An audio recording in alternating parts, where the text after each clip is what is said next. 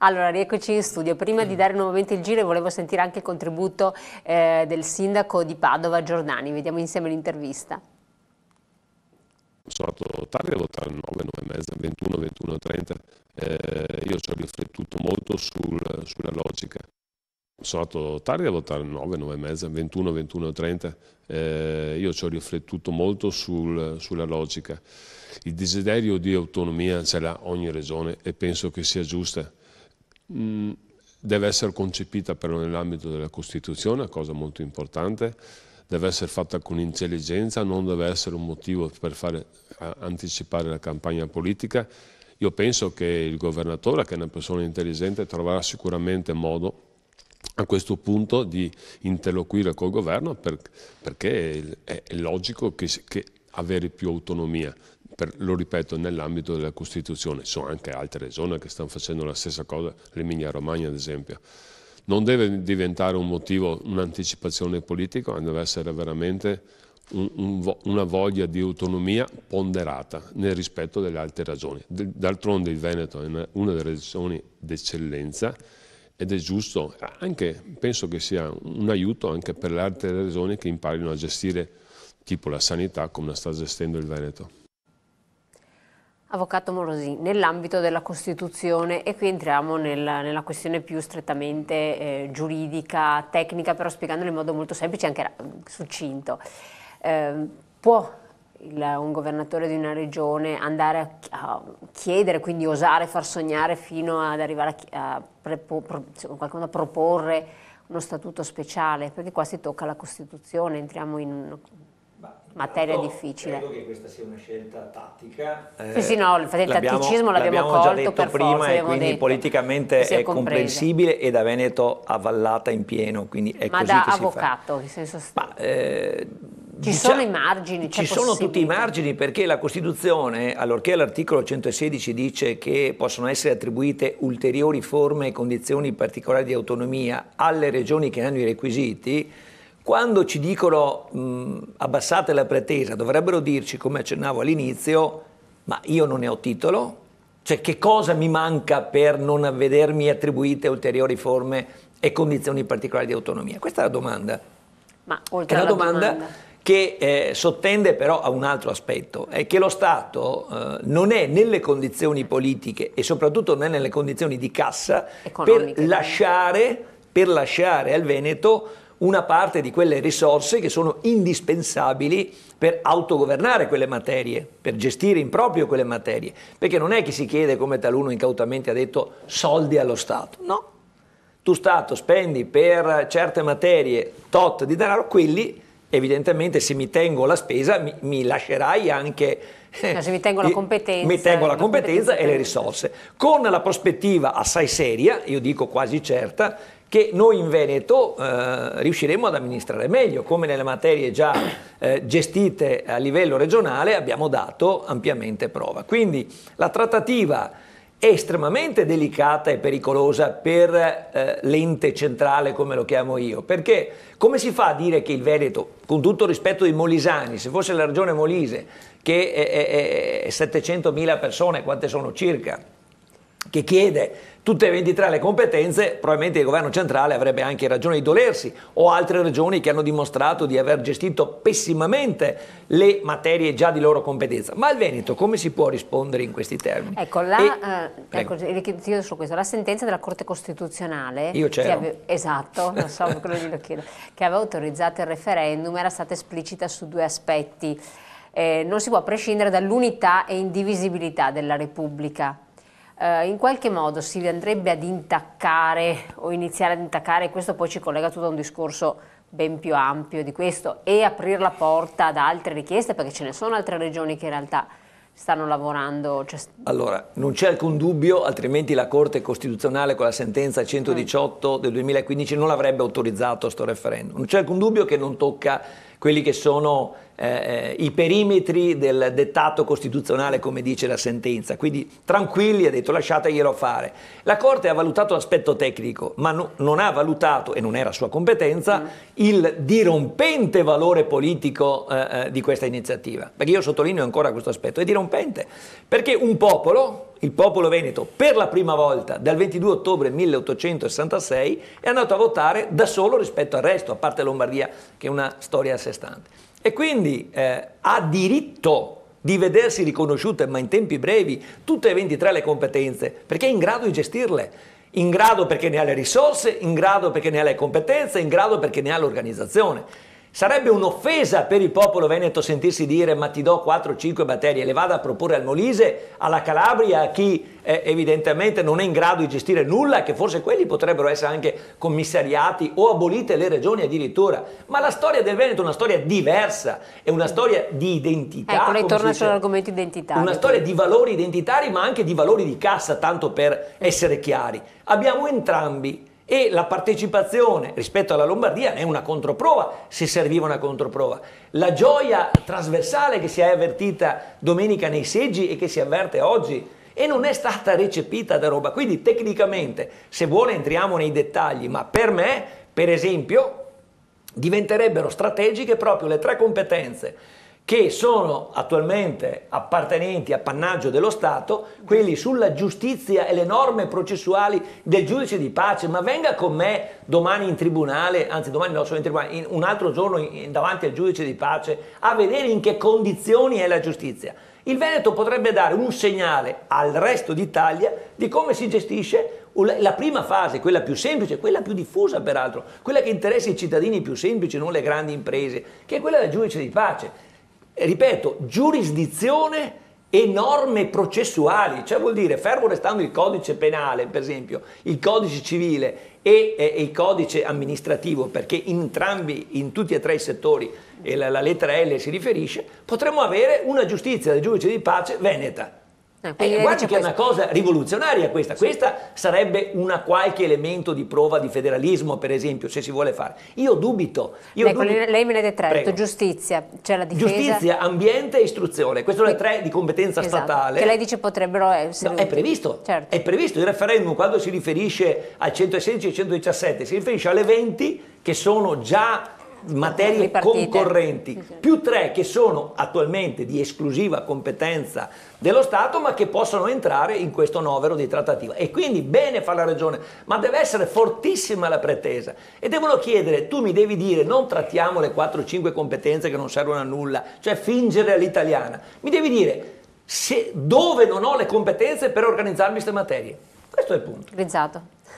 Ma, io trovo che se, come sento, effettivamente vuole essere chiesta una maggiore autonomia su tutte le 23 materie previste dall'articolo 117 della Costituzione, le 20 concorrenti e le 3 esclusive, sarebbe stato opportuno specificarlo nel referendum. Qui cade la mia accusa, anche qui cade la mia accusa di genericità. Nel senso che così come è stato presentato sembrava una scatola vuota, si votava per una maggiore autonomia, dopo sarebbe stata riempita da qualcun altro. Sarebbe stato opportuno che gli elettori fossero chiamati a votare con coscienza di causa. In secondo luogo trovo, per quanto riguarda invece la questione dello statuto speciale, che non rientra più nella questione del 116 secondo comma, ma nella questione del 116 primo comma, perché è lì che sono indicate le regioni che godono di statuto speciale. La questione è molto più complessa, nel senso che è necessaria una legge costituzionale. Infatti questo è il passaggio. L'aspetto tecnico è estremamente più complesso, ma soprattutto, per non volersi adesso addentrare in tecnicismi che rischiano di essere pedanti, è l'aspetto sociopolitico che mi preoccupa molto di più. Io non sono affatto preoccupato In che senso? Glielo spiego subito. L'esito di questo referendum non mi stupisce particolarmente, né tantomeno mi crea una particolare preoccupazione, perché i poteri che aveva prima la Regione del Veneto, che aveva fino al 21 ottobre la Regione del Veneto, sono gli stessi dei quali gode oggi, che è il 24 ottobre. Detto questo, trovo incauto e non molto responsabile l'agitare promesse e illusioni che possano fomentare animi, giustamente si è parlato prima di malessere, animi scontenti, animi desiderosi di un cambiamento. il che è perfettamente comprensibile, ma la politica deve essere gestione dei momenti critici e per gestire adeguatamente i momenti critici non è assolutamente indicato esaltare o eccitare animi già di per sé eccitati, animi che desiderano, come è stato dimostrato, una maggiore autonomia, legittimamente, dal mio punto di vista. Non è saggio promettere in così breve tempo, cioè entro l'anno addirittura si sente parlare di statuto speciale. Trattative per lo statuto speciale. Allora, per una legge costituzionale, come minimo bisogna fare 2 passaggi a ciascuna Camera del Parlamento, alla Camera dei Deputati, al Senato della Repubblica, con un intervallo non inferiore a 3 mesi l'una dall'altra, per cui capisce lei che già buttare in mezzo la fine dell'anno, lo statuto speciale, elementi che sicuramente hanno un grande impatto, elementi che sicuramente da molti sono già stati presi in considerazione, ma elementi che pure debbono essere presi in considerazione in maniera molto più approfondita, molto più informata, molto più seria. In secondo luogo, non c'è un legame tra autonomia e statuto speciale, questo perché sia chiaro. Non c'è un legame diretto tra autonomia e statuto speciale, tanto è vero che l'articolo 116, primo comma, disciplina quali siano le regioni a statuto speciale. L'articolo 116, secondo comma, della Costituzione, naturalmente sto parlando, disciplina i passaggi che sono necessari per tutte le altre regioni al fine di ottenere maggiori forme di autonomia. I due concetti sono nettamente separati. Accorparli trovo sia poco saggio come minimo. Prego. Mi dispiace, ma devo correggere il collega perché su tanti punti è stato secondo me non preciso. Allora, intanto Zaia non ha assolutamente confuso i 2 ambiti, tanto è vero che, lo sapete bene, ha presentato 3 progetti che sono usciti dalla giunta regionale come delibere. L'una riguardante l'istituzione della consulta, l'altra riguardante la proposta di trattativa relativa quindi alle materie di autonomia e una terza legge che invece, una terza proposta che invece riguarda la proposta di legge circa il far diventare il Veneto una regione a statuto speciale. Quindi sono 3 ambiti, ciascuno con una propria autonomia intrinseca e ciascuno che avrà il suo percorso. In primo luogo. In secondo luogo mi sorprende come la sinistra abbia sempre questo problema di comprendere quale sia l'aspetto propagandistico e invece perda di vista quello che è invece il volere del popolo. E il governatore non ha, come è stato prospettato, fomentato o creato delle aspettative autonomiste, le ha recepite, è una cosa molto diversa. Cioè l'essere pronti ad ascoltare e a prendersi carico di quelle che sono le richieste dei propri cittadini è, oltre che un diritto, soprattutto un dovere per le autorità che amministrano il territorio. E in questi anni mi risulta che nessuno abbia preso a cuore la richiesta dei veneti in questo senso e nessuno ha consentito ai veneti di esprimersi su questo quesito. Quindi non solo bene ha fatto il governatore a indire il referendum, ma soprattutto a trarne le conseguenze del caso. Che poi questo venga tacciato, sia stato tacciato in tutto questo periodo di proposta referendaria come una propaganda, ovviamente ha svilito non solo il referendum ma anche il significato, perché quello che si vuole ottenere, e quando Zaia dice che partiranno delle trattative serie importanti che spera di chiudere entro dicembre, non è un aspetto propagandistico, è una volontà e ovviamente la possibilità di sottoscrivere un protocollo d'intesa con il governo entro Natale non è una ipotesi diciamo assurda o quindi c'è una fattibilità concreta. Tutt'altro, anzi il governo, se volesse dimostrare ai veneti che prende in considerazione la sua voce, dovrebbe essere il primo a mettersi al tavolo e a cercare di trovare immediatamente una risposta per una regione che si è espressa in maniera così precisa e univoca. C'è un dato sì, dopo Gattolin che può essere utile, solo un flash. Il dato procedurale è quello, il famoso emendamento rubinato, il 571, la finanziaria 2014, che dava tempo al governo 60 giorni per rispondere. Valeva nella fase prodromica al referendum, infatti se passava quello non saremmo arrivati al referendum, vale per la fase successiva al referendum. E quindi se la Regione presenta entro questa settimana la sua richiesta, quella che ho già sentito che è predisposta, entro i 60 giorni il governo deve rispondere. Scusate. No, infatti va bene la precisazione, Gattolin. Lei come la vede? Penso che sia stato importante. E come ha accolto anche la...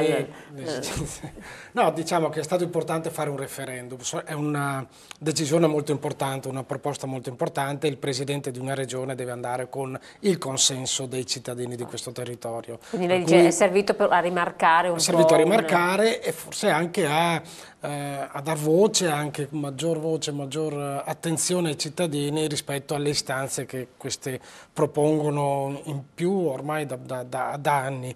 Noi abbiamo una regione che ha avuto impugnate tantissime leggi regionali, tantissimi provvedimenti sono stati impugnati dal governo perché si esorbitavano le competenze, perché era di competenza esclusiva dello Stato, dell'Unione Europea e quant'altro. Per cui ce ne sono state, quindi è questo che lei sottolinea. Sì, ci sono stati tanti provvedimenti che anche a favore delle imprese, delle piccole e medie imprese, del territorio e via, che sono state bloccate. Penso a direttiva Bolkestein, criteri di applicazione al territorio, liberalizzazione via via, il credito. Allora è evidente che bisogna andare a negoziare i rapporti Stato-Regione. Questo non vuol dire, per me non è in discussione l'unità d'Italia, l'uscita dal paese, io penso che questo possono anche essere usate ma rischiano di essere un po' strumentali. E anche l'aspetto della solidarietà non viene meno però un atteggiamento di giustizia. Cioè 3 regioni in Italia producono quasi il 40% del PIL. Molte regioni da oltre 40 anni hanno un disavanzo negativo dal punto di vista dei tributi che versano, per cui ricevono molto di più di quello che versano e trattengono il 100%. Allora, sono ancora possibili queste situazioni? Riusciremo noi a sviluppare un'economia e anche una situazione economica ma anche sociale idonea con queste condizioni? Bisogna tornare a un concetto di maggior responsabilità. La cosa pubblica non è di nessuno, è di ciascuno. Certo, io vi chiedo questo, vi siete confrontati come Confcommercio regionale con il nazionale su questo aspetto per capire che posizione c'era, così anche un pourparlers? Diciamo che con Confcommercio Nazionale c'è stato un breve dialogo, non molto intenso su questi aspetti, perché chiaramente la visione nazionale deve tenere presente un po' tutti i vari contesti. È anche vero che anche all'interno del nostro sistema nazionale abbiamo proposte, provvedimenti, interventi, modalità di gestione che sono diversificate e agganciate alle caratteristiche dei territori, per cui c'è stata un'attenzione rispetto a questa esigenza che nasceva dal nostro territorio, per cui non c'è un contrasto, anche perché viene già attuato all'interno della nostra organizzazione un sistema di connessione tra le diverse regioni con cui abbiamo un dialogo chiaramente quasi quotidiano con i nostri colleghi, però tenendo conto delle specificità, delle esigenze, non come la finanza pubblica che taglia le scelte dividendo per 20-21, indipendentemente dai sistemi, da come nasce, dalle esigenze, dalle potenzialità del territorio. Questo non è più accettabile, per cui da questo punto di vista richiedere una maggiore attribuzione di poteri per fare delle scelte che siano coerenti con le potenzialità del territorio, più che minare l'unità d'Italia, forse favorisce una maggiore responsabilità anche da parte delle altre regioni nel gestire in maniera più attenta, con obiettivi chiari e verifiche chiare e trasparenza la finanza pubblica. Infatti, ecco, questo chiedo a lei, Moschini, lei ha parlato di sentiment, di senso identitario in qualche modo, radici eccetera. Non può essere anche una questione invece, e qui mi allaccio anche al discorso dei giovani, perché i giovani i sentiment non ce l'hanno neanche tanto nazionalistico, per cui non so quanto, oppure magari lei mi dice il contrario, regionalistico possano averlo, ma legato proprio a un fattore, mancanza di trovare lavoro, mancanza di opportunità, una regione sempre tenuta a freno quando è circondata, aperta all'export ad altre realtà europee, quindi questa è un po' una ribellione nei confronti di uno Stato che tende ad essere sempre più centralistico, però a dare meno di quello che riceve. Può essere tanto oppure no? Lei dice è più una questione veramente di radici venete. Ma sa, le radici venete... È un po' la chiave di lettura di questo, se c'è un malessere, perché un po' è stato ravvisato da più parti un malessere. Certo. Come diceva anche il nostro Sì, ospite. sì, sì, ma la sensazione che si viaggi con il freno a mano tirato c'è, perché questa è una realtà, ed è un freno a mano tirato che viene visto in più ambiti e in più settori. Non ultimo quello politico, dove la Regione del Veneto ha sì delle rappresentanze politiche sicuramente importanti, ma non importantissime. Pur essendo importantissimo quanto viene versato annualmente allo Stato centrale. Quindi c'è questa sensazione da parte in particolare dei giovani, perché ci confrontiamo spesso con le famiglie. Quindi c'è per i giovani? Sì, ci confrontiamo spesso con le famiglie e con i loro figli e con i figli di queste famiglie, e c'è questa ricorrenza nelle espressioni che vengono utilizzate. Quindi l'invito che abbiamo fatto a molti è di sicuramente esprimersi non in modo oppure coadiuvato dall'emozione, ma esprimiamoci dopo una riflessione, perché l'emozione ti porta sempre a dire delle cose che magari non potrai condividere in un futuro. Ma la riflessione, quando è fatta in un certo modo, nell'ambito familiare oppure in un ambito associativo, può dare più spunti, e quindi questi spunti sono stati tratti proprio dai colloqui che abbiamo spesso avuto con le famiglie e quindi con i ragazzi. E come diceva l'avvocato, il social ha fatto sicuramente, quindi il classico smartphone o altro, ha fatto sicuramente molto in quelle fasce di età. La parte più anziana ha avuto qualche problema in più di informazione sicuramente. E quindi abbiamo notato proprio che la volontà e la voglia, che non è una voglia di ribellione, è una voglia di avere quello che ritengono sia normale poter avere, ovvero la dignità di un lavoro, la dignità di poter esprimersi in Quindi maniera... un'insofferenza per una situazione di fatto esistente? Sì, e difatti questo è il risultato, lo vediamo, è il risultato di una lunga crisi che ha portato a discutere molto di politica, a discutere poco di territorio, a discutere molto di... Cioè, siamo diventati quasi tutti dei costituzionalisti, siamo tutti magistrati, siamo tutti, però alla fine ci dimentichiamo che alla mattina la bicicletta o il motorino per andare a lavorare comunque serve e comunque dobbiamo trovare un posto dove andare a lavorare e non a tempo determinato magari. Chiarissimo. Allora, cose molto pragmatiche. Ritorniamo su questo, interpelleremo anche, diciamo, lei rappresenta i partiti socialisti, quindi che cosa ne pensa, però è anche giovane in qualche modo, se non a livello di 25 anni, comunque i giovani li rappresenta. È stato il primo che ha toccato il discorso malessere, su cui voglio capire, cercare di analizzare che cosa lei la vede per malessere. Però andiamo prima in pubblicità rapidissimi, poi ritorniamo insieme.